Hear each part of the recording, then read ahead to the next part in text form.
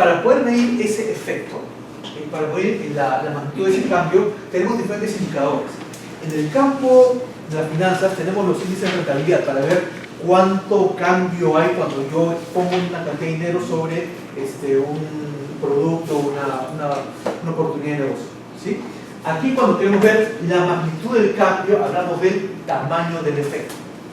El tamaño del efecto, o en inglés también se conoce como el effect size, es lo que me da cuenta de cuál fue la magnitud del cambio que yo encontré al analizar esa intervención.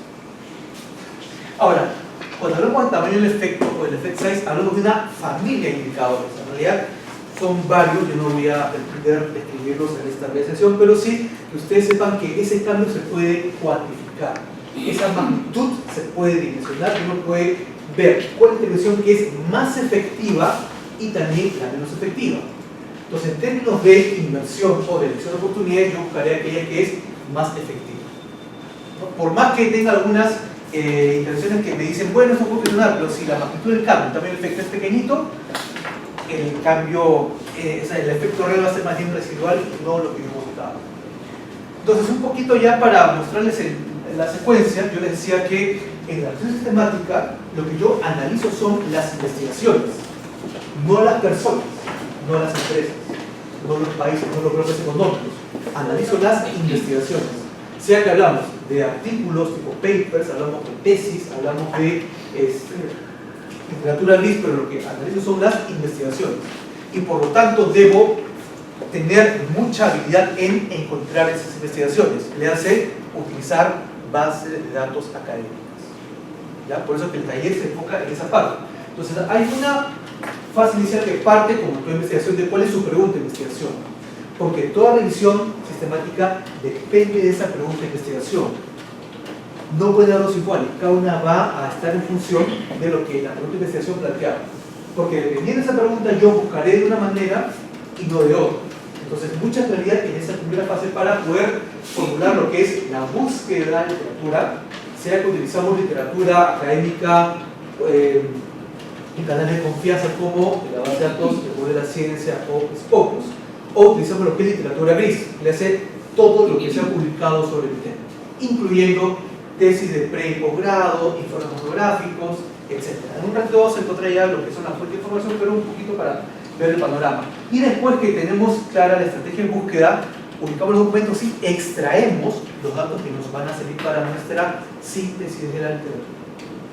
Yo obviamente tengo que tener una plantilla previamente definida para saber qué es lo que voy a extraer de cada investigación. Lo otro va a ser evaluar la calidad de esos trabajos y proceder a la síntesis de lo que vamos encontrando. Entonces, esta parte permítame avanzar porque en realidad la secuencia se parece mucho a una investigación convencional, salvo esta primera parte, que implica ese conocimiento experto de la literatura académica.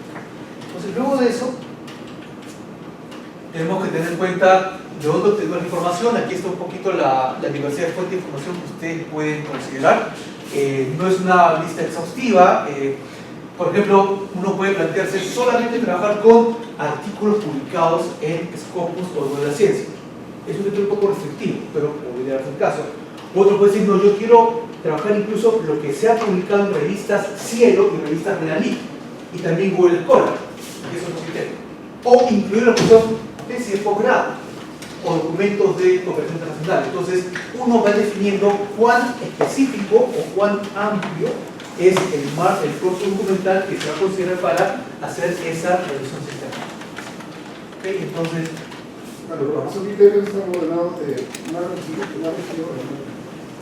Claro, de los que son más estrictos para que sean publicados a los que son más bien documentos que se pueden publicar libremente. Por ejemplo, yo hago un informe técnico y tengo un blog, una bitácora, puedo hacer un informe de bitácora y está publicado. Puede ser que esté haciendo un estudio de posgrado, concluyo mi investigación, la tesis está aprobada y por un procedimiento interno que hay en la universidad, mi tesis se publica, pero porque tuvo el visto bueno de mi comité evaluador. Pero ese proceso de revisión del comité evaluador no es tan estricto, o se tiene que generalmente hacerlo tanto, como lo que es la revisión de los especialistas de revistas académicas con revisión por pares.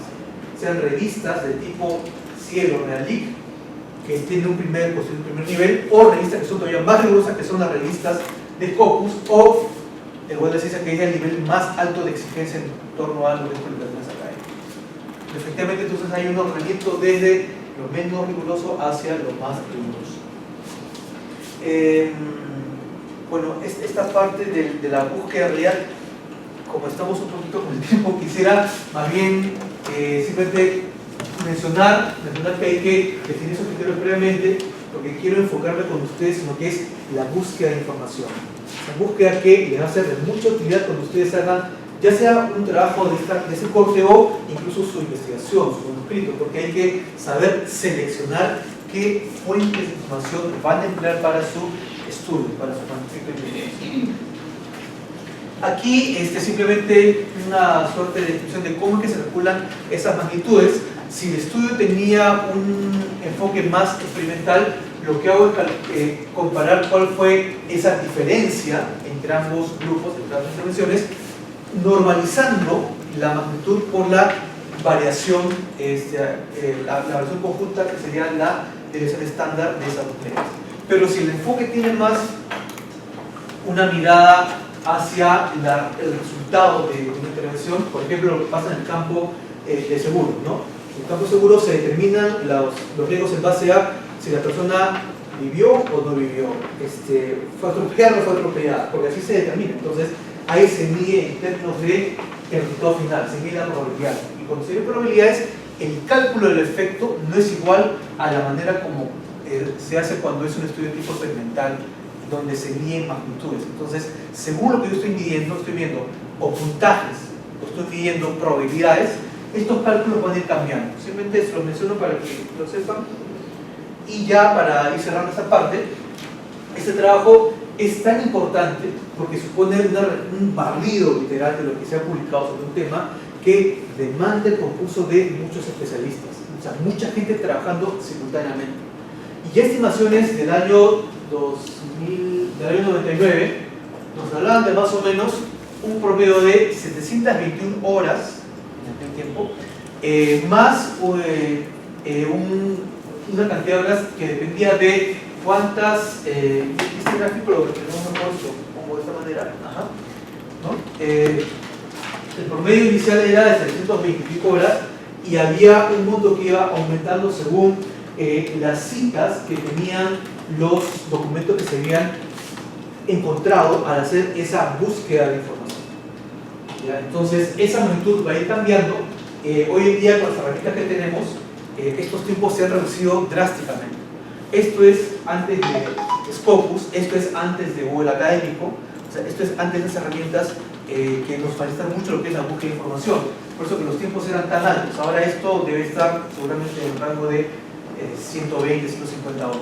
Igual no es una cosa rápida, pero el tiempo se ha reducido notablemente. Y para que entremos ya al detalle, vamos a ver algunos ejemplos de esto aplicado al campo de la administración, para que vean que es una tendencia que también se da en nuestra disciplina.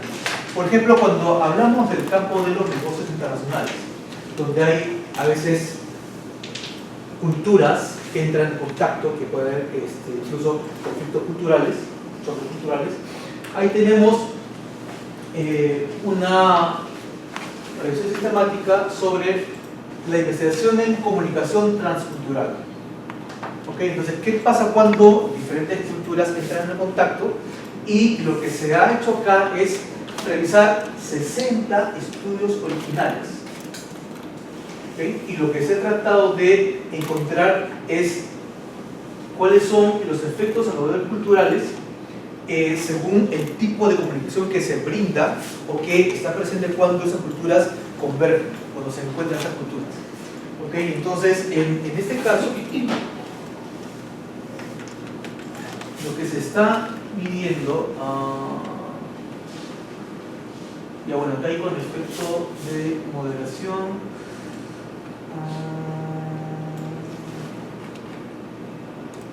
aquí están los efectos absolutos, pero con moderación, que fue un tema que lo vimos la clase pasada. En todo caso, lo que quiero mostrarles es que normalmente yo, cuando hago la síntesis, lo que hago es cuantificar esa magnitud del cambio a través de lo que es el tamaño del efecto. Aquí es un efecto ponderado, y que se expresa en valores que van desde 0.00 hasta 1 o 2, ¿no? Donde el punto de corte para saber que hay una intervención que vale la pena es 0.20. Cualquier intervención que pase por el 0.20 es una intervención que amerita ser profundizada, por lo que implica en ganancias, ya sea en términos de tiempo, de recursos invertidos y demás. Otro caso que vamos a ver, pero antes un poquito la cantidad que se obtiene cuando se hace esto. Por ejemplo, aquí ustedes tienen los estudios que dieron lugar a la síntesis que vimos hace un momento. O sea, esa tabla con esos numeritos surgió de algo como esto: una revisión de los estudios y la codificación de los estudios según su tipología, según el tipo de muestra cuando se trabajó, el tamaño de la muestra, el país, las dimensiones comunicativas y las dimensiones culturales. Entonces, a partir de esa información se hacen esas síntesis. Eso implica tener que revisar cada trabajo de manera íntegra. Aquí un segundo ejemplo, quedando nomás, es el resultado de la confianza interorganizacional en la cadena de suministros, una relación de cadena de suministros, y nuevamente se hace una revisión sistemática. En este caso se han revisado, o sea, se ha trabajado con 96 muestras para 33 variables resultantes, y esto da lugar a una tamaño de muestra agregada de 69.482 participantes. ¿No? Entonces vemos que hay un trabajo grande de síntesis, porque hablamos ya no de un estudio con 50, 100 participantes, sino de varios estudios, cada uno con su muestra respectiva, y cuando se agrega nos da una visión mucho más amplia. En este caso, el resultado que se encontró, primero nos va mostrando cuál fue la secuencia, cómo en una primera búsqueda, fíjense, en una primera búsqueda en base a citaciones en la base de datos, encontraron 1124 documentos que tenían citaciones, pero conforme se aplicaron los criterios de filtrado, sea palabras clave en la cadena de búsqueda o calidad y relevancia en los documentos encontrados, al final de esos 1124 solo quedan para el análisis 56 documentos. Entonces, claro, yo parto de una cantidad muy grande, pero conforme voy delimitando, voy segmentando según la calidad interna y la pertenencia y relevancia, me quedo con un conjunto mucho menor, y al final obtengo también esta plantilla. Normalmente ustedes ven acá, para cada estudio, normalmente yo coloco el país de procedencia, en este caso el sector industrial en el cual se hizo el trabajo, el tipo de relación, el método empleado, el método de recolección de datos, encuestas por correo, encuestas, la muestra y el método de análisis empleado. Aquí casi todos son, por ejemplo, modelos estructurales, ya sea o modelos multinivel, ¿no? Modelo de regresión jerárquica, análisis factorial, proceso estructural. O sea, más o menos comparten la misma familia de análisis, de modelamiento estructural. O sea, ninguno me dice, por ejemplo, acá, estudio de correlación, no tengo acá diferencia de medias, no, porque sería otra manera de analizar los datos. Aquí estamos enfocándonos a lo que serían modelos estructurales o modelamiento de datos, ya sea con regresiones lineales, regresiones de tipo ya estructural, pero siempre bajo una misma familia. Eso me refería cuando decía que la forma que se analiza también debe ser más o menos parecida. Y el último ejemplo es una reducción sistemática con metaanálisis en la eficiencia técnica de granjas lecheras, ¿no? También es otra manera para que vean que no solamente tiene que ver con temas de negocios internacionales, con temas de sino también con la operatividad en torno a cómo mejorar la eficiencia técnica de granjas lecheras, en lo cual supone, fíjense, que hay estudios, no uno, sino varios, que han analizado justamente la eficiencia técnica en granjas lecheras. De hecho, han encontrado casi 90 investigaciones que totalizan casi 450 tamaños de efecto para la intervención que se estaba buscando en ese momento. O sea, granjas lecheras, ¿verdad? 450 investigaciones sobre eficiencia técnica de granjas lecheras. Muy bien, pero eso, ¿verdad? Los temas que se investigan son de los más variados. Y la idea es que su búsqueda de información sea lo más exhaustiva posible para poder dar cuenta, ¿no?, de esa síntesis que ustedes están planteando. Y aquí, incluso es un estudio hecho no tan lejos, de la Universidad Pontificia Católica de Río de Janeiro, y nuevamente nos da esa mirada secuencial, ¿no? Como hay una búsqueda inicial en base a mis términos de búsqueda, que responden a una pregunta de investigación, y según el filtrado que voy haciendo, voy seleccionando, ¿no?, hasta que me quedo de 101 estudios por los cuales partí a 85. No, 77. 85 artículos, 85 artículos. Que fue lo que, claro, el paso 6. El paso 6 es, al final me quedé con una cantidad, entonces no bajó mucho. No, claro, necesita base de datos diferentes, que son EBSCO, Emerald, Premier League, Cielo, San Giré.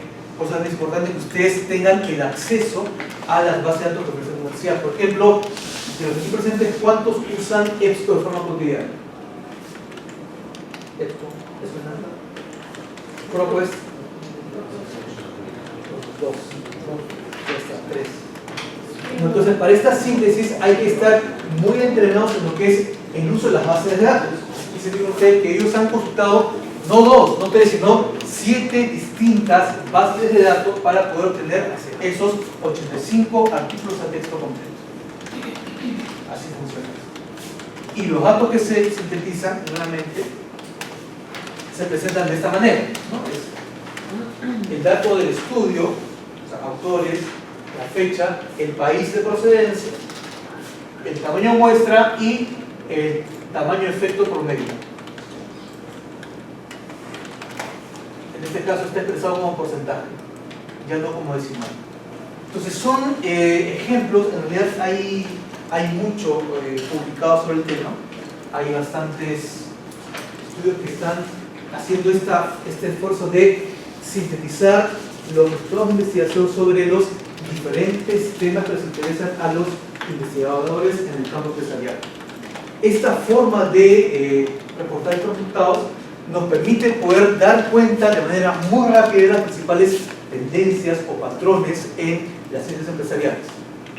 ¿Okay? Y les permite tener esa visión de conjunto, no enfocarse en una investigación, que fue lo que hicimos las semanas pasadas, ¿no? Sino tener una visión más amplia, tal vez más general, eso sí, no tan específica, pero sí tiene una visión más de panorama, para después empezar a profundizar en aquellas áreas que ustedes consideran que son las más relevantes. Entonces, aquí hemos visto un poco cuáles son esas evidencias que sustentan esta revisión de literatura, para luego pasar a mostrar un poco la secuencia, ¿no?, el paso a paso de cómo se hacen estas revisiones sistemáticas, para terminar con algunos ejemplos cotidianos sobre esas revisiones aplicadas al campo de la administración en sus diferentes vertientes. No sé, de lo explicado, comentado hasta acá, no sé si hay preguntas. Una consulta, estas revisiones sistemáticas se tienen que hacer siempre para poder trabajar un paper. Consultarlas. Claro, saber cuáles existen sobre mi tema. Sí, te entiendo perfecto, pero cuando dice, por ejemplo, el INTIE, ¿no? O sea, cuando trabajas aquí, el tamaño del efecto, es ideal que también se coloque se coloque un resumen de las revistas que se han utilizado y su efecto del artículo, porque se analiza a nivel de artículos. Por eso, sí. Sería ideal que se coloque esa tabla en tu propio artículo. Claro. Lo que pasa es que normalmente uno no reporta el tamaño de efecto. Y aquí viene otro desafío. Exacto. Uno cuando reporta el promedio, la versión estándar, o en los mejores casos la test student y la NOVA, ¿no? Se hace por tres grupos. pero uno reporta el tamaño del efecto. Ese es un indicador que se está más bien promocionando recientemente para que los investigadores lo reporten. Entonces, si no lo ha reportado, uno puede calcular en base a los promedios y la desviación estándar ponderada. Ya hay varias técnicas para poder inferirla, ¿no? Claro. Pero si no está reportado, uno lo calcula. La tendencia en las revistas académicas es hacia reportar lo que es la significancia, el famoso P, que es cuán probable que todo sea por azar, y la magnitud de la intervención, que es el tamaño del efecto, el effect size. Entonces ahora se está teniendo a que uno reporta más. ¿Cuán significativo fue el resultado y cuál fue la magnitud de esa intervención, el tamaño del efecto? ¿Alguna otra pregunta para...?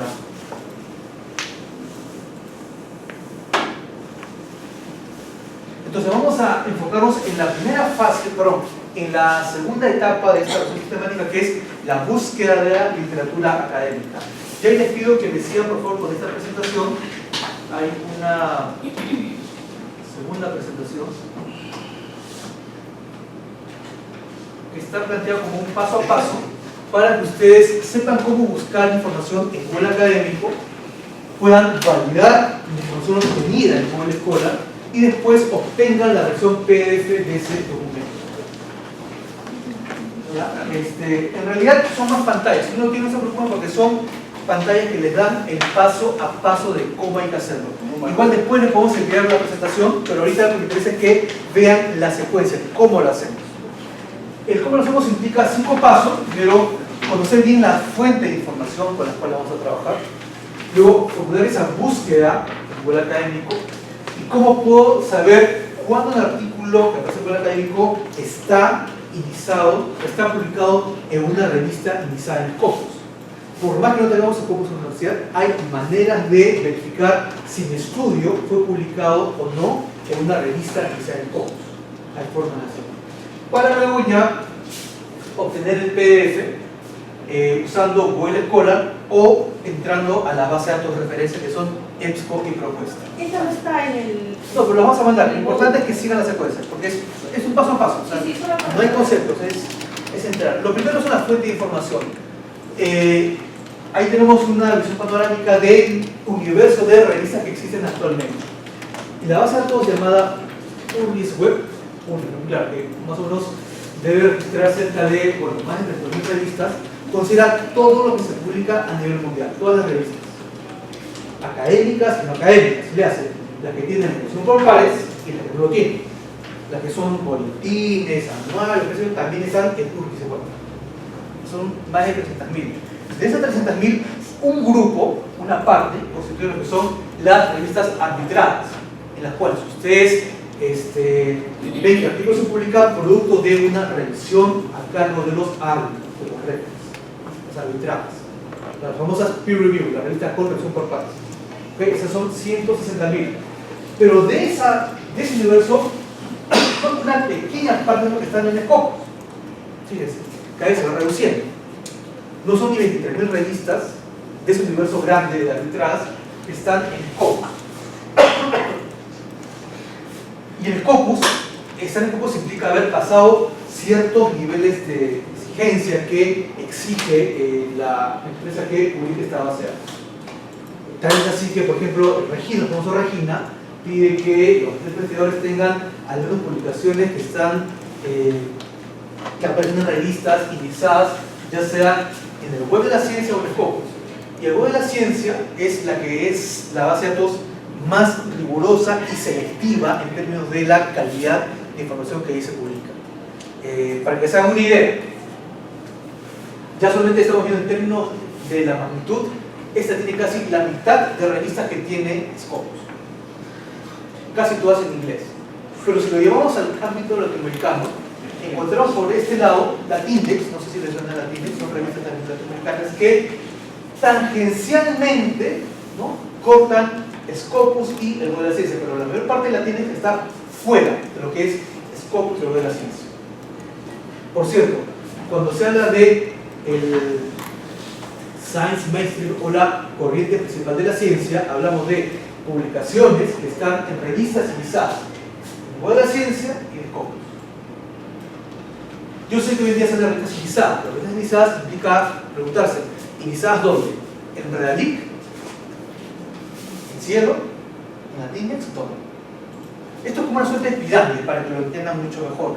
Digamos que, como una analogía, por favor, no lo vayan a tomar de manera literal, pero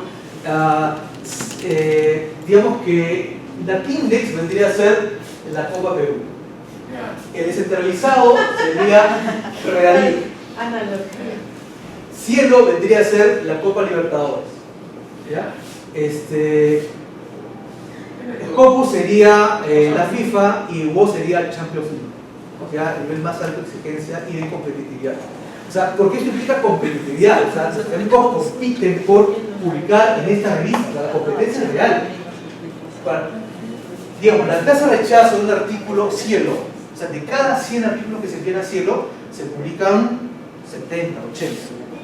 En cambio, en el Web de la Ciencia, en una revista promedio, de cada 100 artículos que se envían a una revista Web de la Ciencia, se publican 4 o 5. Para que lo vean en cifras, en Latindex hay cerca de 300 revistas peruanas, ahorita, utilizadas en Latindex. En Redalic hay como 25. En Cielo son 22. ¿Sabes cuántas hay en Scopus? Nada. No, hay 7. 7. 300, 24, 22, 7. ¿Y cuántas hay en el Web de la Ciencia? Ninguna. Ninguna, por el rigor y que imponen estos comités de selección para decidir cuándo la revista se incorpora o no a esta base de datos. Por eso le hacía la analogía entre Copa Perú, Descentralizado, Copa Libertadores, FIFA y Champions League. ¿No? Porque el mundo académico es muy competitivo. O sea, entrar a estas revistas implica estar constantemente enviando manuscritos, tratando de ingresar, que derrotas un manuscrito, mejorándolo y otra vez entrar a un ciclo hasta que el trabajo llega a ser publicado después de a veces un año de esfuerzo. Dime, Yanina. ¿Qué países son los que más publican en Scopus? En Perdón, el Word de la Ciencia. anglosajones. Porque el 95% del Web de la Ciencia está en inglés. El Scopus es cerca del 60%. Es más alto. Pero Cielo sí hay español, portugués y inglés. Claro. Sí. Pero sí hay español. Sí hay. Pero es un poquito el universo. Y ya cuando queremos comparar las dos centros que constituyen la corriente principal de la ciencia, ¿no? Aquí vemos ya en términos de cobertura cómo se comparan el Web de la Ciencia con Scopus. O sea, en todos los casos Scopus tiene mayor cobertura para las diferentes áreas de conocimiento. O sea, que hablamos de ciencias físicas, ciencias de la salud, ciencias de la vida o ciencias sociales. Por eso no es casual que CONCITEC haya considerado para sus estudios de Regina publicaciones en Scopus y no el Web de la Ciencia, que es más restrictiva. De alguna forma es una suerte de... A ver, para pasar otra analogía, esto es como tener tarjeta de débito y esta es una web de caja. O sea, este es mucho más exigente para poder llegar a los usuarios finales, que son los investigadores. Entonces, lo primero que se les pide cuando hacen un trabajo de este tipo, una investigación o una investigación sistemática, es cuidar cuáles son sus fuentes de información. Su fuente de información son tesis disponibles en Google académico, son informes encontrados en Google público, o son artículos publicados en revistas utilizadas en Scopus y el Web de la Ciencia. Obviamente algunos artículos tendrán de todo, deberían tener un balance apropiado. O sea, habrá artículos en los cuales un 5 o 10% son tesis encontradas en Google académico, ¿no? Universidades de Loja, de Cuenca, lo que ustedes encuentran por ahí. Una parte que sean libros, que son referentes importantes y valiosos para poder abonar y profundizar en la discusión de resultados. Pero una parte importante, eso sí, de artículos originales publicados en revistas especializadas en esta base de datos. O sea, esto debería ser por lo menos el 50% de sus referencias bibliográficas, por lo menos. ¿No? En algunos casos esto suele ser el 90%, pero con que sea la mitad, ya estamos bastante bien. Sí, entonces, a partir de esta identificación, ya pasamos a hacer la búsqueda en Google Académico. Este Google Académico, Google Scholar, es una base de datos distinta de Google público y se estima que actualmente tiene cerca de 150, 160 millones de documentos ilizados. De esos 150, 160, por lo menos el 20% están en PDF. Hablamos de cerca de 9 millones de PDFs disponibles en Google Scholar. ¿Por qué la diferencia entre las revistas invitadas que están en el cielo, la web de la ciencia y Porque Scholar? Google Scholar indiza a partir de sus robots. Google Scholar manda sus robots, que son programas que están todo el día entrando a los servidores. Por ejemplo, entran a los servidores de la San Martín y ven su contenido, y si el contenido de los servidores de la San Martín tiene un patrón, tiene una estructura similar a un texto académico, lo incorporan en su base de datos, ¿no? Pero si no lo tiene, se pasan el dato. O sea, pero... Entonces, respondiendo a la pregunta, en Google Scholar el filtro lo hacen robots, programas, software. En el Google de Ciencia Scopus el filtro lo hacen personas, especialistas, expertos. Pero me refiero en Google, no, en Scholar y en la web de la ciencia, no, en el anterior. Scopus, En Scopus y web de la ciencia se tiene que pagar, ¿no? para leer la... Ah, no, pero espérate, que estás confundiendo lo que es la base de datos de optimización de lo que es la revista. O sea, tú puedes tener una revista que es de pago o una revista gratuita. Para que entre en Scopus o la ciencia tiene que tener altos niveles de excelencia académica. Eso es todo lo que existe. O sea, para entrar a Scopus es indistinto, no, para entrar a Scopus o la ciencia es indistinto que sea una revista de pago o una revista gratuita. El criterio no es si se paga o no. El criterio es el contenido de la revista amplía la frontera de conocimiento en la disciplina. No, mi pregunta va por el tema ¿Usuario? de la persona. Del acceso al documento. Es decir, yo como investigador quiero hacer mi paper, quiero hacer una revisión documental. Ya. Entonces, busco la revisión documental en Google Scholar o en Scopus o Web of Science. Todas. Ya, pero a lo que voy es que aquí es gratuito, No todo. Por eso. No todo, una parte. pero en el otro... Lo que pasa es que Scopus y Web de la Scopus Ciencia, y Web de la Ciencia son bases de datos referenciales. pero No son el texto para completo. leer el texto completo tienes que pagar. En algunos casos, en otros no. Ahora, hay varias formas de hacerlo. Uno también puede, vamos, ya yendo al tema del PDF, buscarlo en Google Public y a la base de datos que ustedes manejan como parte de la comunidad de la universidad. Buscarlo en la escuela, buscar otra base de datos, o una que se descuida mucho y que es muy efectiva es escribirle a los autores. Cuando uno escribe al autor, al creador del artículo de forma directa, muchas veces le responde el artículo y le dice: mira, tengo dos más para que profundices el tema. Entonces es otra vía, o sea, hay varios canales para tener acceso a documentos. Es más, hoy en día hay herramientas, no sé si han utilizado el Unpaywall. ¿Cuál? El cuerpo. No, es el pirata. Está bien, sí, ese es mejor, ese no se requiere. El Unpaywall es un plugin, para Chrome. Pero existe, claro, Bueno, yo no la recomendé. Es un plugin para Chrome y Mozilla Firefox que les busca únicamente los PDF que están disponibles en revistas utilizadas en Web de la Ciencia y en Scopus. así se llama Unpaywall. La muralla, o sea, cómo editar y pagar. Lo que pasa es que todo este universo de revistas de pago se le conoce como The Paywall, o sea, la muralla de pago. Entonces, el Paywall es como la vía para que ustedes solamente enfoquen aquello que está disponible de forma gratuita. El cuervo nunca lo escuché. Pero entonces, son vías, y les digo, la otra es escribir a los autores. No, ustedes saben, o sea, no tengo que... Y además, de esa manera ustedes amplían su red académica, la consolidan. Porque es hablar con el autor al mismo nivel, de par a par, o sea, de colega a colega. Y empezar a abonar ese diálogo, ese intercambio de complicaciones, de manuscritos, etc. Entonces, ahora sí, hagamos el proceso de búsqueda en Scholar. Por favor, entren a esa dirección, scholar.google.com.pe. Como me tiempo, pero sí, aquí estaremos la parte de... A ver, ¿estamos en Scholar? Por favor, tenemos que entrar a Scholar para... Sí, ¿cómo está así? Scholar.google.com o Google.com.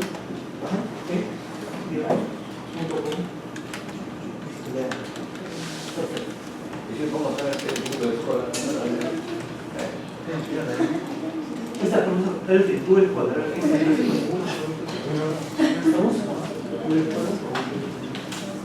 O pongan Google Scholar y entran.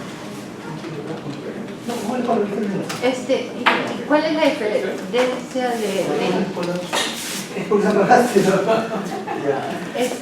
Carlos, ¿cuál es la diferencia de información que existe en el Google Académico y el Google Lo mismo.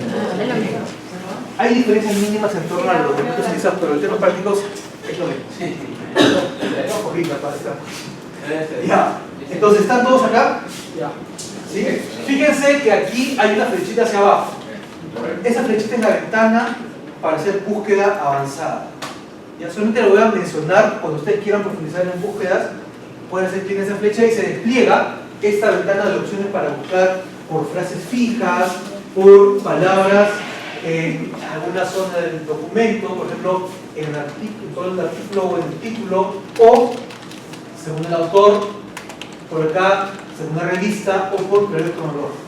Ya esa parte en realidad, para que ustedes sepan que existe, pero yo prefiero que ustedes lo busquen directamente desde la ventana de búsqueda, que es más rápido. Entonces, vamos ahora a ir a esta ventana y van a colocar en la parte de arriba calidad del servicio entre comillas.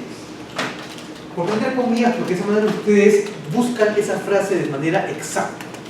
Si ustedes no pusieran comillas, buscarían todo lo que hay de calidad, lo que hay en del y lo que hay en servicio.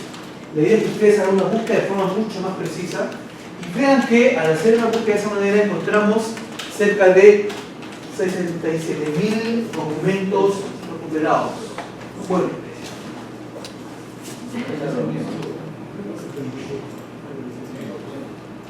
Ya, bueno, son temas de los índices de Google Académico que se están actualizando, pero es una cifra que va por ahí.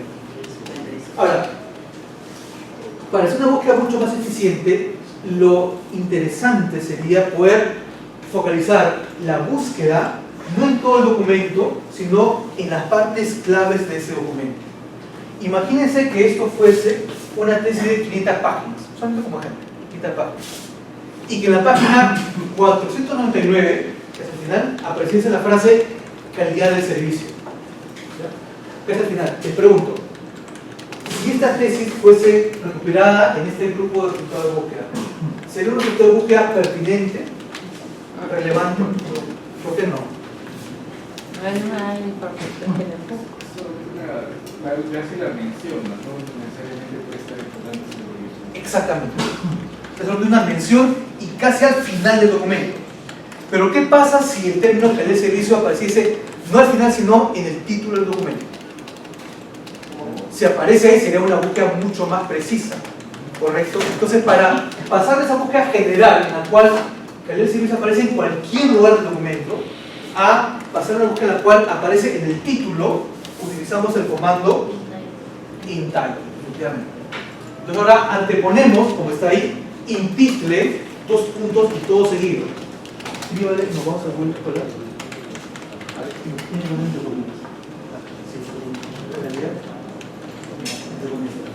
Y después intitle.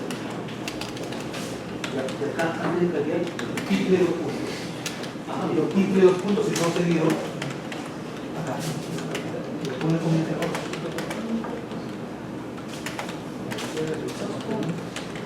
y acá intitle, el punto está como está. Ustedes han escogido minúsculas, ¿sabes?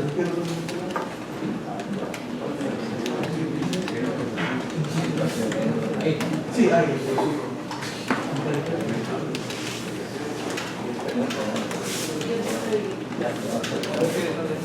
Sí, si dejas todo junto, por favor. ¿Qué pasa? Después, todo junto, todo junto.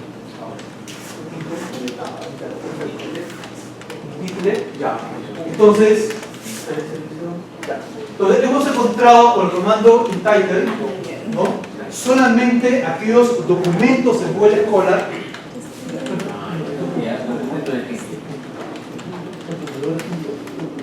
documentos que tienen la frase calidad del servicio en el título del documento, con lo cual tenemos una búsqueda mucho más precisa, ¿cierto? Pero fíjense que solamente he encontrado casi 2.400 documentos. Dirán, pero ¿por qué? Yo sé que el tema se publica y se investiga bastante, porque solamente hay 2.400. Primero, ¿no? Porque en castellano, en español se publica muy poco. Se investiga muy poco, ustedes saben, y se publica todavía mucho menos. Pero ¿qué pasa si hago la misma búsqueda inglés. En el mismo campo, efectivamente, y lo hago en inglés. Entonces, si hago la búsqueda en inglés, vean la diferencia al pasar de 2.400 a 55.800. Al buscar por Entitled, 2 puntos, y entre comillas, Service Quality. A ver, ahora hacemos el ejercicio con inglés. Ajá. Service Quality. Ya. En el título, ¿ah? Ya. Ahora pasamos del castellano al inglés. Se pone Service Quality. Wow. Ahí da. Se pone De precio salarial. ya. La diferencia es. En el título, ¿no? Mira, a ver. Lo que pasa es que ustedes tienen cifrecitas porque yo aquí he desactivado la opción de incluir patentes, ¿no? Yo puedo poner estas opciones, por eso es que las cifras van cambiando. ¿Ok? Pero vamos, que es una cifra más o menos aproximada. Lo que pasa es que también hay un buscador que es patents.google.com que busca patentes a texto completo. O sea, Google les ofrece patentes a texto completo a cero costo. Le vas entonces patents.google.com y esta para la que se incluye citas es para documentos impresos que no están digitalizados pero que han sido citados o mencionados en documentos indizados en Google Academy. Ya, entonces ahorita estamos viendo ya esa diferencia muy clara que hay entre buscar documentos en español y buscarlos en inglés. Entonces, de ahí que ustedes busquen de ambos, pero si quieren tener una visión amplia del tema, una cultura amplia, lo mejor es buscar en inglés. ¿Ya? Eso seguramente va a incluir las citas, referencias, también a trabajos en castellano posiblemente, pero para tener esa visión más amplia, mayor cobertura, buscarlo en inglés. Y ahora viene la pregunta, ya ok, ya encontré en Google Académico, pero ¿cómo sé si ese trabajo efectivamente está publicado en una revista que se llama Scopus? ¿Se acuerdan lo que dije en un momento? Canales de confianza, Corriente Principal de la Ciencia, y aquí solamente tengo la mención, el título, por su respectivo enlace de los autores, la revista, fíjense, la revista y el año de publicación. Entonces, ahora hacemos lo siguiente. Para verificar si el estudio que está disponible en Google Scholar está publicado en una revista indexada en Scopus, utilizamos dos herramientas que son de libre acceso, que son el portal SJR y el Journal Indicator. Son portales de libre acceso que se basan en información de Scopus. Scopus tiene actualmente casi 60 millones de registros. Cada registro tiene cerca de 200 campos de información. O sea, imagínense la cantidad de terabytes de información que hay en esa base de datos. Eso no se puede manejar con un Excel, es imposible. Entonces, estos servicios, el SJR y el Journal Indicator, lo que hacen es una minería de datos sobre la información contenida en Scopus y la ofrecen de manera gratuita. Por eso es importante que ustedes la conozcan. Entonces, yendo al ejemplo de este momento, identificamos que nuestra búsqueda, Entitled Service Quality, la revista Journal of Marketing, ¿ven?, aparece en los 3 primeros resultados de la búsqueda. O sea, es una revista referencial, por lo menos de acuerdo a toda escuela, para aquellos que están investigando, examinando sobre lo que es calidad de servicio. Entonces la pregunta es, ¿esta revista Journal of Marketing está indexada en Scopus? Entonces aparece en primer lugar. La pregunta ahora es, si yo puedo utilizar este artículo que está publicado en la revista Journal of Marketing, dado que no tengo la certeza de si esta revista está o no está en Scopus. Para ello vamos a estas herramientas que les he comentado. ¿Tiene una pregunta, profesor? No. Allá. Vamos a estas herramientas. La primera es el SJR. Por favor, entren a esa dirección. 3W o escriben simplemente Saimago SJR para que sea más rápido. Saimago SJR y entramos en Google público. Y va SJR. Ahí encima. ¿Paso? Sí, no.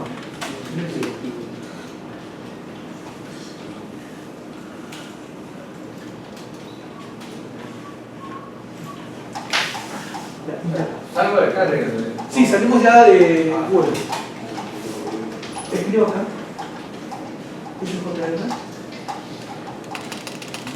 Ah, espacio. ¿Qué es JRM? Así más. Pero escribo en Google público para que pueda entrar. Está en Google adentro también. Ahí está en público. Ok, entramos. Ese es el enlace. Ya, ese es el enlace. Entonces, estamos acá en el portal de Saimago, perfecto. Y ahora hacemos clic en Journal Rankings. ¿Ven? Journal Rankings. Es donde dice Saimago Journal and Content Rank. Ajá. Ven aquí el segundo botón que dice Journal Rankings. Perfecto. Ahí hacemos clic para poder entrar al buscador de revistas.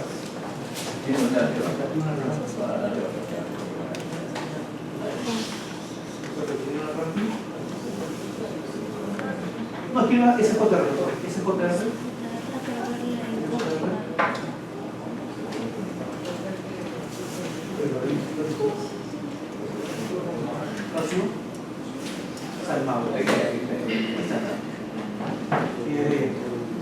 Entonces verán que en esta ventana, ¿no?, tengo la información, o tengo menús desplegables a manera de una barra horizontal, tengo la información de las revistas, y en la parte superior derecha hay una esquina, un recuadro. ¿Lo ven?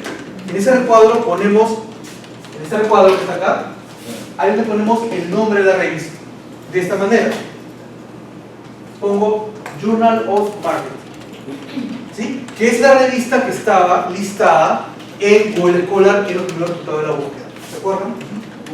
Perfecto. Entonces, al ponerlo de esa manera, Journal of Marketing, lo escribimos y después le damos Enter y va a aparecer la entrada correspondiente. ¿Vemos? Journal of Marketing. ¿Sí? ¿Lo ven? Pues verifiquemos que aparece y le hacemos clic a...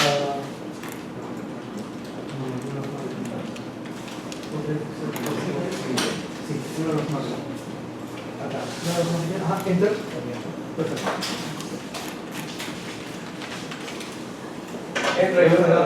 Sí, entramos para verlo. Perfecto, esa es la revista. Entonces, al hacer clic, a ver si clic acá, por favor, al hacer clic ahí, en ese primer enlace, vamos a encontrar esta ventana, ¿no?, que es la ventana de presentación del Journal of Marketing. Y nos da una visión de cuál es el scope de la revista, el alcance, cuál es el impacto promedio, los temas que habla la revista, la cobertura en años, ¿de acuerdo? Con lo cual yo corroboro que efectivamente esa revista es una revista que está indexada en scope. Entonces, sin tener scope, yo puedo saber si un artículo fue publicado o no en una revista indexada en esta importante base de datos. Pero es importante también confortar la información del SJR con el portal Journal Indicators, que es la otra herramienta que vamos a ver ahorita. Entonces ahora pasamos a una nueva ventana, que es la que está ahí. Escriben en Google público, por favor, Journal Indicators, tal como está puesto. Ahí está ahí. Escriban Journal Indicators, tal como está ahí. Journal Indicators. Ahora pasamos a otra herramienta para verificar si una red indicators. Journal Indicators.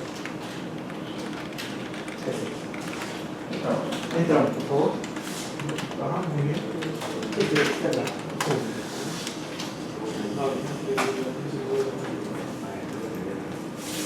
Ya, se puede poner bien el nombre. Es Journal Indicators.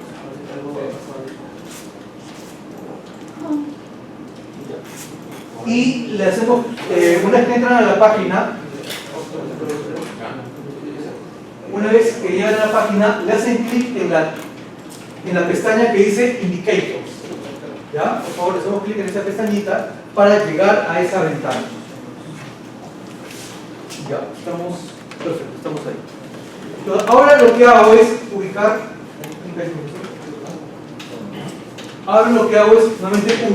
la zona en la cual debo hacer la búsqueda por título de revista. Clic en Indicators. Verán que en la segunda columna, la columna que está al lado derecho, Dice seleccionar fuentes y ordenar, ¿no? Y después debajo aparece la etiqueta Search for, buscar por. Ahí es donde colocamos el nombre de la revista, donde está marcado ahí. Entonces nuevamente escribimos en ese recuadro, exactamente, Journal of Marketing, de esta manera, Journal of Marketing, correcto. Igual lo hicimos con el caso del SJRS Mago, y aparecen varias revistas que tienen ese título, fíjense, hay varios, ¿no? Research, European Journal of Marketing, bla bla bla. Entonces nosotros queremos la que se llama exactamente Journal of Marketing, ¿correcto?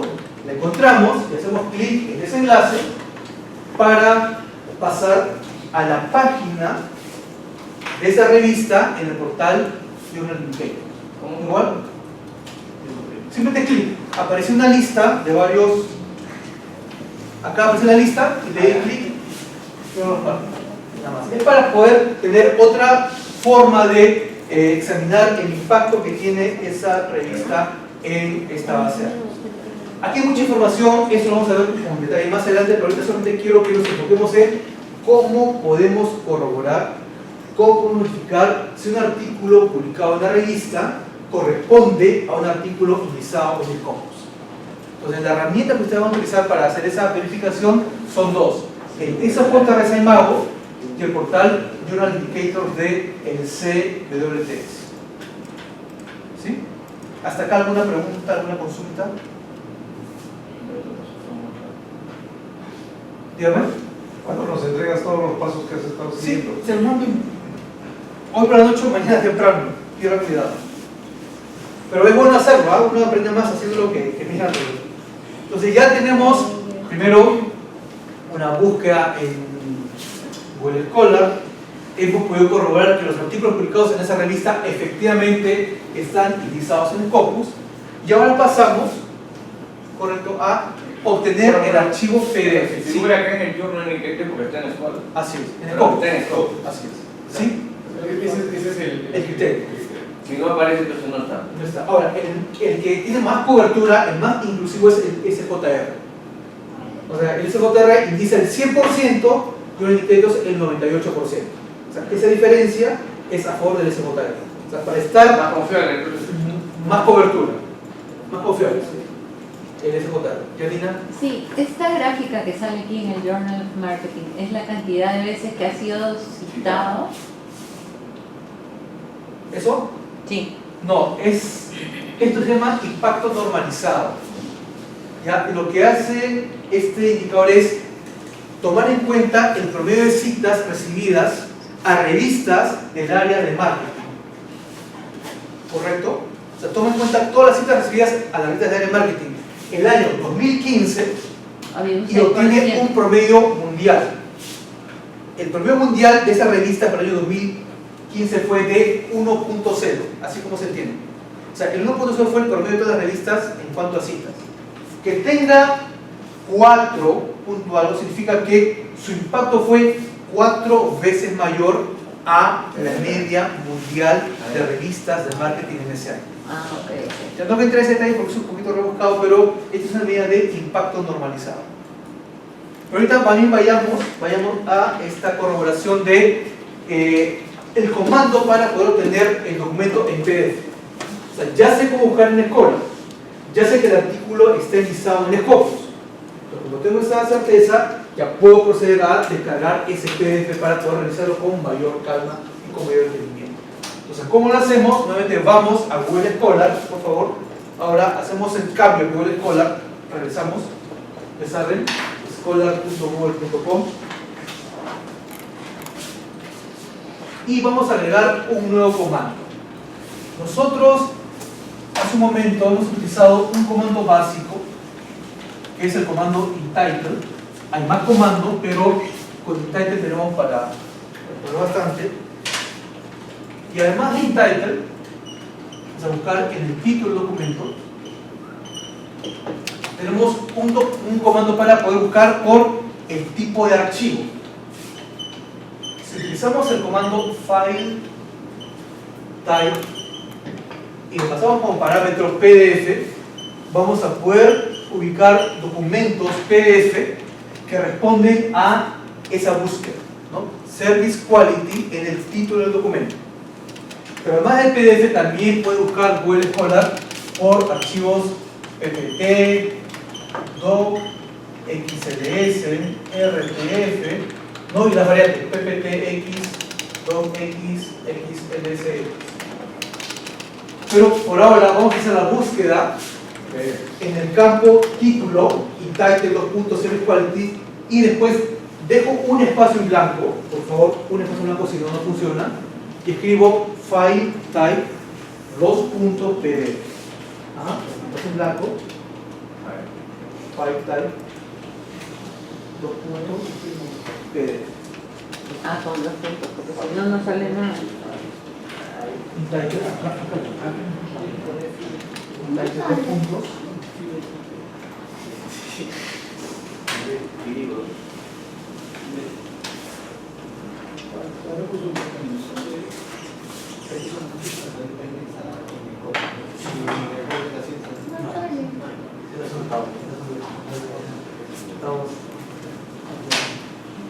Ya, si ustedes buscan de esa manera y desactivan estas dos casillas que están acá, el incluir patentes, incluir citas, deben tener una cantidad más o menos cercana a 2.720 resultados de esa búsqueda. 4.000. No, desactivando esto acá. 4.040. 4.040. Hay que buscar. 4.040. No me sale.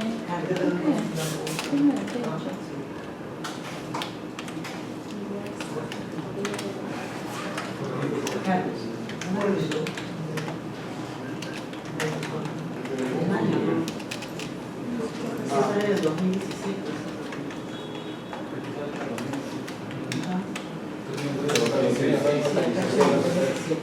Puede quedar. Pero ¿cómo hacemos Ya, disculpe, omisión mía, es un criterio de personas, no coinciden, pero entiendo que ejecutar el comando o los comandos de manera combinada, ¿no? O sea, ustedes pueden ver que los comandos se pueden ir agregando. Puedo utilizar intitle con file type y después otro comando adicional que vamos a aprovechar para terminar esta revisión de comandos, que es un comando para poder buscar en el dominio internet, que es el comando site. El comando site recibe como parámetro el dominio. Dominio es lo que está después del 3W. Por ejemplo, el dominio de la universidad es USMP exactamente. El dominio del Ministerio de la Producción es produce.gov.p. Verán que le quito el 3W, ¿no? Es solamente lo que corresponde a el nombre que tiene esa institución en el espacio de nombres de Internet, en el espacio de dominios. Entonces, si yo hago la búsqueda de los PDFs que tienen en el título file type en el repositorio académico más grande del mundo, que es ResearchGate, ¿no? Y coloco site.researchgate.net, obtengo 383 resultados de búsqueda que responden a esos parámetros. Es por el tema de los años, ¿no? Si ven cómo puedo ir agregando parámetros. Y podría poner más términos en el título, o más términos, y lograr que esa cantidad baje de 300 a 200, a 50, a 20, me quede con 15, pero yo sé que esos 15 son los que de verdad responden a mi pregunta de investigación. ¿Están entendiendo? Entonces voy agregando comandos y voy delimitando la búsqueda. Ahora, si la búsqueda es muy específica, es muy precisa, puede que encuentren 0. Entonces hay que empezar a jugar con lo que es la especificidad y la cobertura. Si ustedes ponen como término de búsqueda, entre comillas, algo muy preciso pero muy específico, podría ser que encuentren 0 documentos. Yo he probado un tema que es algo general, que es calidad de servicio, que es un tema todavía un poco grande, ¿no? Pero si busco calidad de servicio en educación superior, higher education, ya la cifra empezaría a reducirse. ¿Ok? ¿ok? Entonces es un tema de ir jugando con los términos e ir viendo dónde encuentro una cifra razonable para buscar. Cifra razonable llamo a buscar 15, 20 documentos, o sea, algo manejable. Buscar 200 es imposible, pero buscar o revisar 15 o 20 yo creo que está más al alcance de nosotros. Porque salen 2000 documentos, ya con eso no hago nada. Con 2000 no hago nada, pero si tengo 20 o 25, yo sé que esos 25 los puedo revisar un fin de semana, tranquilo, sin ninguna prisa, ¿no? Pero es pasar de los miles de miles a los 20 o 25, que sí voy a poder consultar de manera exhaustiva. Acá me aparece, pero como 500. 2016. Si yo en algún momento hice un filtrado por años y sale diferente, pero lo importante es que estamos listos para buscar el PDF. Son clientes, no es que Sí, tengan sí, sí. por 920, pero para 20. A ver, este es un ejemplo inicial. Ya les he dicho que para poder restringirlo hay que agregar más términos. Por ejemplo, pongan ustedes quality service, no service quality in higher education. Al costado. No, dentro de las comillas. A ver. In higher education para que vean cómo se va a ver. Claro, in higher, o sea, en educación superior. En higher education, y esa cifra seguramente se va a ir acotando. No veo. Higher, Research, ¿qué? Está todo bonito. educación. Nada. ¿No? O sea, 6 es una cifra que yo puedo manejar de forma razonable. ¿Se entiende? O sea, vas viendo cómo eso va a ir cambiando según la forma como yo estoy buscando. Aquí no hay una respuesta única, sino que mucho depende de la habilidad y la precisión con la cual hago mi búsqueda. ¿También ahí? Si le leo Higher Education, paso de 400 y pico a 0 documentos. ¿Preguntas sobre esa parte antes ya de ir a un ejemplo? Por ejemplo, no aparece la revista. Ajá. ¿Cuál? Ahí cuando aparece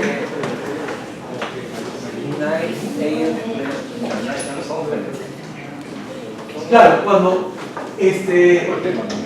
no, a veces pasa que el artículo se publicó no en una revista sino en un repositorio o en una conferencia.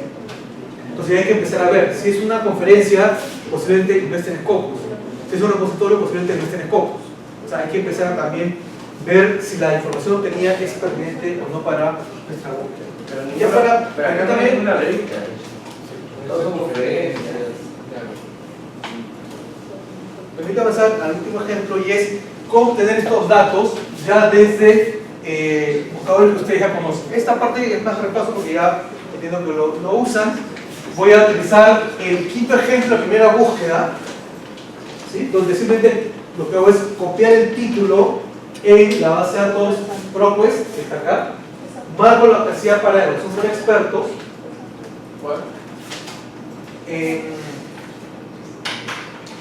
Vuelvo a Google, normal. No, simplemente les hago el ejemplo porque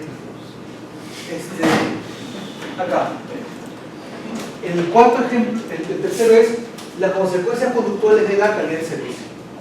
Entonces copio este título, y lo pego en el buscador ProQuest. Ah, ya, el título que estaba ahí. Claro, el título lo coloco ahí, ¿no? Las consecuencias conductuales de la calidad del servicio. Activo la casilla. Sí, no sé es una demo de cómo sería esto en ProQuest. Y después que he colocado el título, Pero eso pues inició sesión. no solamente para que por ahorita no sé si tengamos la clave para entrar a ProQuest. Lo que les quiero mostrar es cómo también se puede este documento descargar desde la base de datos a la cual la universidad está suscrita. Pero, ¿cómo busco acá? ¿Dónde lo utilizamos? Lo vamos a ver con más detalle, profesor, eso en la siguiente sesión. La búsqueda de información. Ahorita lo que quiero dar es el abanico, o sea, la muestra de cómo es posible identificar esos documentos en PDF. Porque más también quisiera que lleguemos a la parte de práctica, aunque sean unos minutos, para que ustedes lo pongan en acción. Y entonces cuando hago la búsqueda, vean aquí el segundo documento recuperado, es el que yo he buscado, y hacerle clic en este enlace, en ese segundo registro, me aparece el detalle en el cual se incluye el enlace al texto completo. Cuando doy clic en el texto completo, ya entro a una ventana en la cual está ese documento escaneado, es un documento antiguo, y el botón para poder descargar en PDF.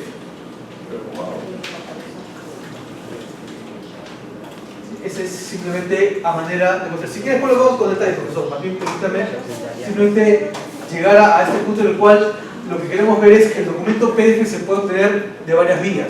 Una, utilizando Google Académico. Otra, la base de datos de referencia.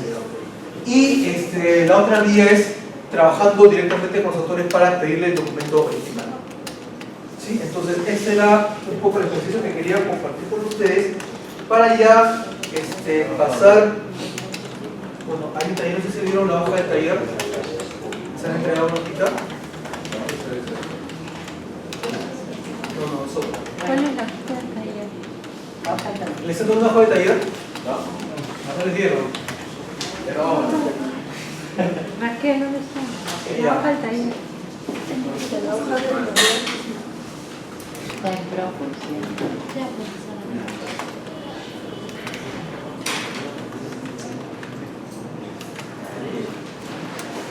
Buenas noches.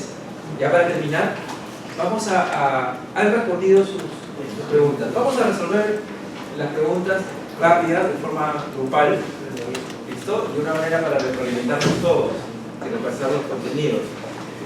Al igual que esta evaluación, va a haber una evaluación de la plataforma virtual que va a estar habilitada a partir del lunes. Ya, a partir del lunes, una evaluación probablemente va a ser de 10 preguntas. De 10 preguntas sobre las temáticas que hemos desarrollado. ¿Ya? Entonces, empecemos. A ver, la primera pregunta. ¿Cuál es la primera pregunta? Sobre el método científico, ¿no es cierto que? Una sola opción. ¿Qué marcaron? ¿Cuál fue su respuesta?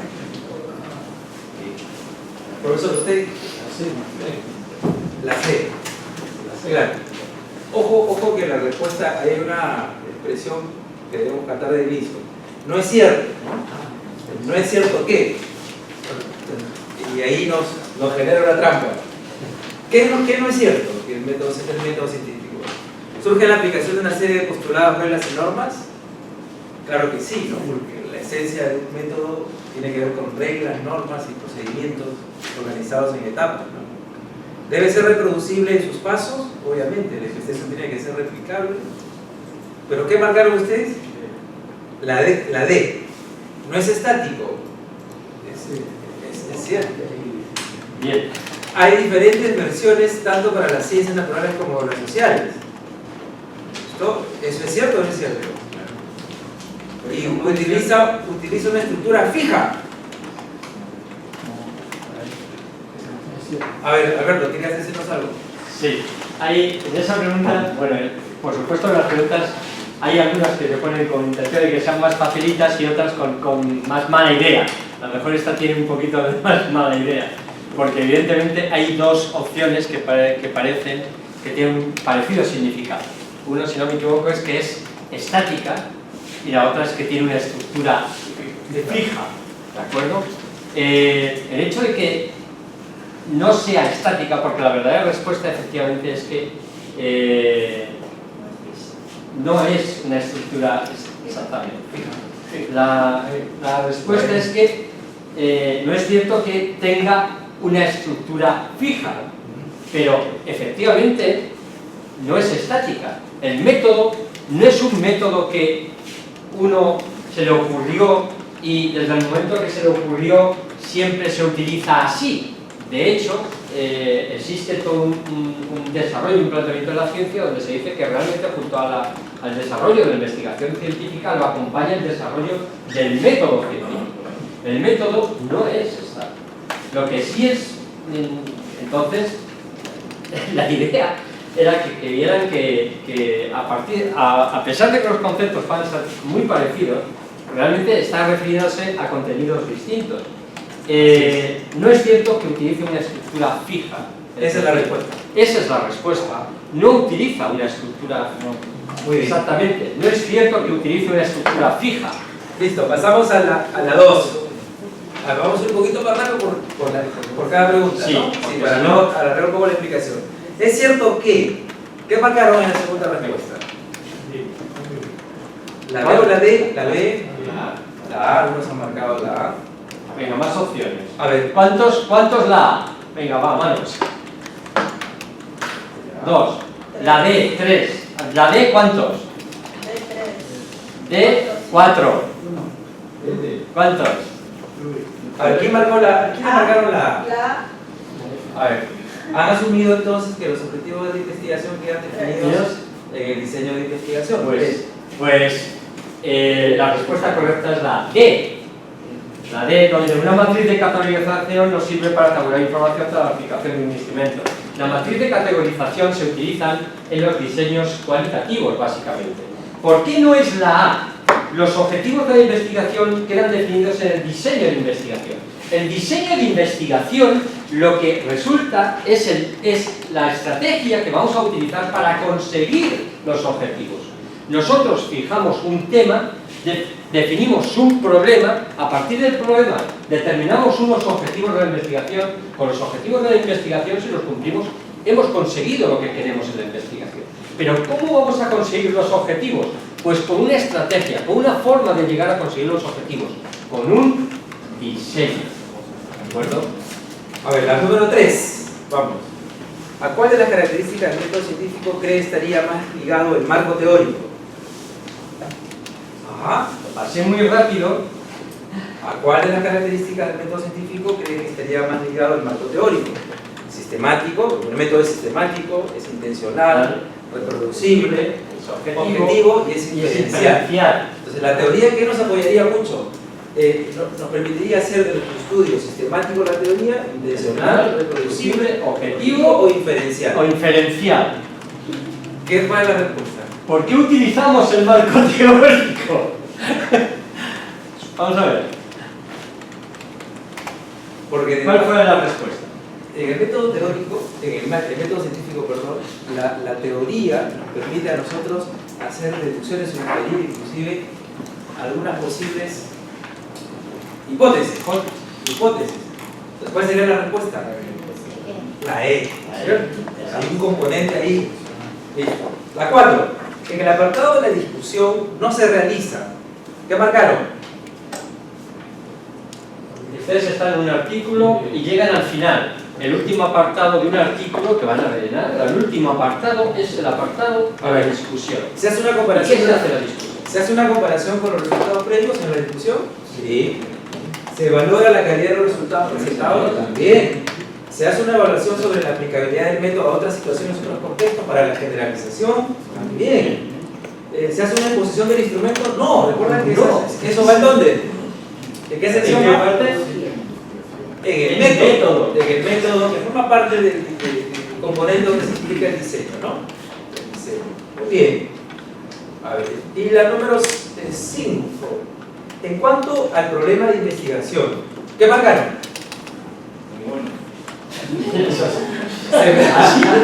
A ver, Así no me equivoco. a ver, en cuanto al problema de investigación, ¿se plantea tras el diseño de investigación? O sea, ¿el problema se plantea después del diseño? No, primero el problema y después el diseño. ¿Está muy ligado al marco teórico el problema? De alguna manera, porque enuncia lo que vas a... Claro, porque el marco teórico nos permite entender la realidad y entender el problema. A ver, vamos a ver. Sigamos viendo, por Bien. eliminación. ¿Bien influenciado por el diseño de la población? No. ¿Queda fijado tras la discusión? Tampoco. ¿Incluye recomendaciones de estudio? No, la B por descarte. Por ¿Cuál sería? descarte sería la D. La B.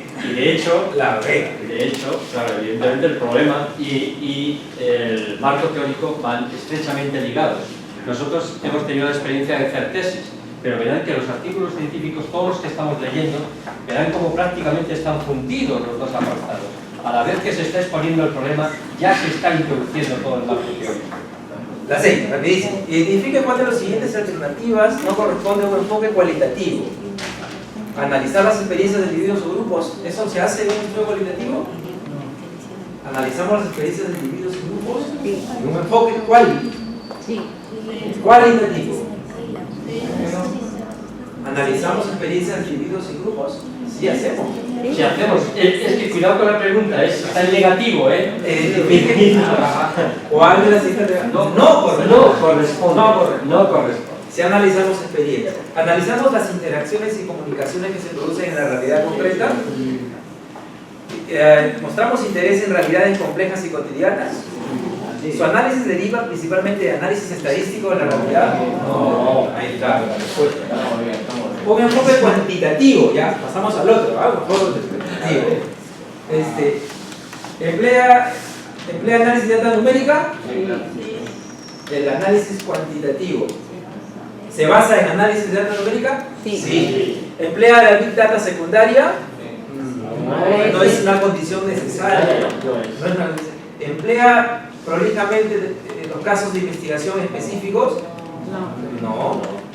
¿Es profusa la información literaria de contexto? No. Entonces, Es específica. 8. Según Maslow, ya es una pregunta más teórica, ¿no? Y tienen que de Maslow, ¿no? ¿Cuál de los siguientes no es un componente del diseño de investigación? La validez, sí es un componente. La pregunta de investigación, ajá. El método, sí. También. El análisis de texto científico. El análisis científico. No es un componente del diseño. No es parte del diseño, ¿no es cierto? Entonces es la D. Los diseños de investigación dependiendo, y acá un 20 creo, va por acá.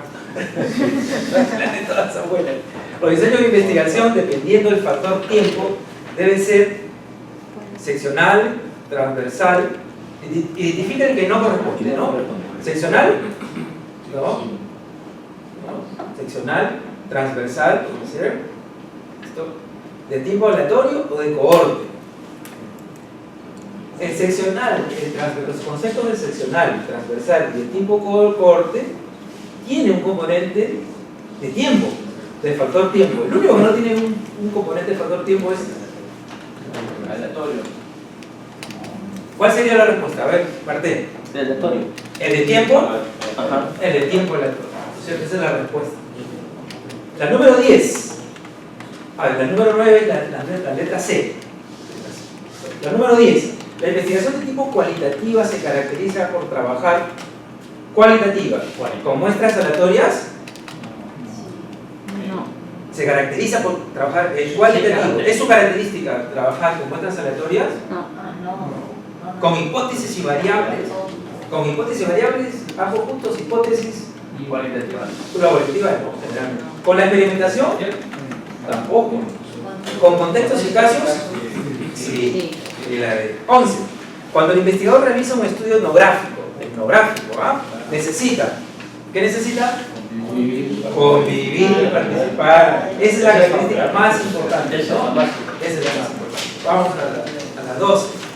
La fase de relativización, que es una fase también teórica, de un enfoque, ¿no?, de datos, consiste en generalizar la información particular, sirve para hacer dialogar la información particular con la general, o sirve para interpretar los datos del contexto en que fueron recogidos, porque tiene que ver con un enfoque más cualitativo, ¿no? O situar los datos dentro de una teoría de alcance universal. ¿Lo cualitativo nos lleva a una teoría de alcance universal? ¿Necesariamente? No, lo cualitativo no. Entonces, ¿cuál sería? La C, ¿no? Interpretar los datos dentro de una teoría. 12. Hay que buscar la 13, la alternativa más, la que abarca más la idea del enunciado. El diseño de investigación. ¿Listo? Es un plan que se implementa para responder los problemas de investigación formulados. ¿Recuerdan los conceptos? Un diseño involucra un plan, involucra una estrategia, ¿no es cierto? Podemos seguir por A ver, seguimos con las... ¿Es la aplicación de acciones que guardan coherencia solo con las hipótesis? No. Porque el diseño no guarda coherencia solo con las hipótesis, ¿no? Guarda coherencia con todo. ¿Es una secuencia de pasos que seguimos para determinar las propiedades de medida de los instrumentos? ¿Solo para... No, ¿cierto? ¿Es la aplicación de técnica de muestreo solamente? No. Es la A, ¿no es cierto? Porque abarca la idea de la naturaleza central de un diseño. En los diseños descriptivos simples, que como decía Carlos, es la primera base ¿no? La primera escalón dentro de la investigación, lo más sencilla. El análisis de datos exige una aplicación de técnicas estadísticas inferenciales. ¿Es una exigencia de los diseños? No. El análisis de datos se realiza a través de tablas, frecuencias, gráficos, y porcentajes. Esa es la que más se acerca, la que corresponde al diseño descriptivo, ¿no? Los experimentos exclusivos son el cuestionario, las entrevistas, no. Y son de naturaleza cualitativa, no necesariamente, porque puede ser cuali o cuantitativa. La número 15. Los estudios con diseño descriptivo señalan la opción incorrecta. Incorrecta. ¿Ah? ¿Recogen datos de grupos relativamente amplios? Los estudios descriptivos ¿trabajan con muestras grandes, amplias o no? Los estudios descriptivos sí trabajan con muestreo, con muestras. Algunos comparan características y variables entre dos o más estratos o grupos. Sí. Algunos comparan características o algunos analizan relaciones entre dos o más variables. Sí, los descriptivos correlacionales. ¿Buscan analizar relaciones causa-efecto entre dos variables? No. Porque ahí estamos a un nivel de experimento, ¿no? de experimental. 16. El objetivo de este estudio fue la siguiente. A ver, tenemos un estudio cuyo objetivo ha sido determinar la asociación de la flexibilidad laboral y la productividad. Ya, de ahí no más. Si hablamos de asociación de dos variables, ¿qué estudio es? Correlacional. Es descriptivo correlacional, ¿no es cierto? Porque ya hay de entrada nomás del concepto de asociación. A ver, vamos, al 17. Otro estudio busca determinar los factores que influyen en la calidad de servicio. Para lograr este objetivo se formula y evalúa un modelo estructural formado por factores mediadores y moderadores que determinan la prestación de la calidad de servicio en una muestra de 515 empresas españolas. Hablamos de un modelo con muchos factores, que es multivariante. Muy bien. A ver, se denomina a la variable que puede influir en la intensidad de relación. Supongamos que Alberto y yo tengamos una relación de amistad, ¿cierto? Vamos, y el profesor y la presencia del profesor puede alterar esta relación. ¿Es una variable moderadora o mediadora? Ojo, la relación. Y alguien que se puede meter en la relación. Es ella media o modera la relación. Medio modera. Ojo, tenemos dos variables que tienen una relación, pero encontramos una que modera, una que puede alterar el valor de esa relación. Por ejemplo, cuando estamos solos, la pasamos bien. Viene Pedrito y la pasamos mucho mejor. Entonces, Pedro sería una variable moderadora.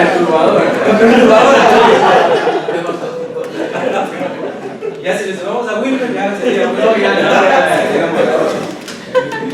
es moderadora. Los cuestionarios usualmente usan para medir y se denomina una variable que conecta una variable independiente con otra. O sea, cuando yo soy una variable independiente, hay otra es la mediadora. Listo, esas son las preguntas. Así que ha sido un repaso interesante. Parecido, pero más difícil va a ser el examen virtual.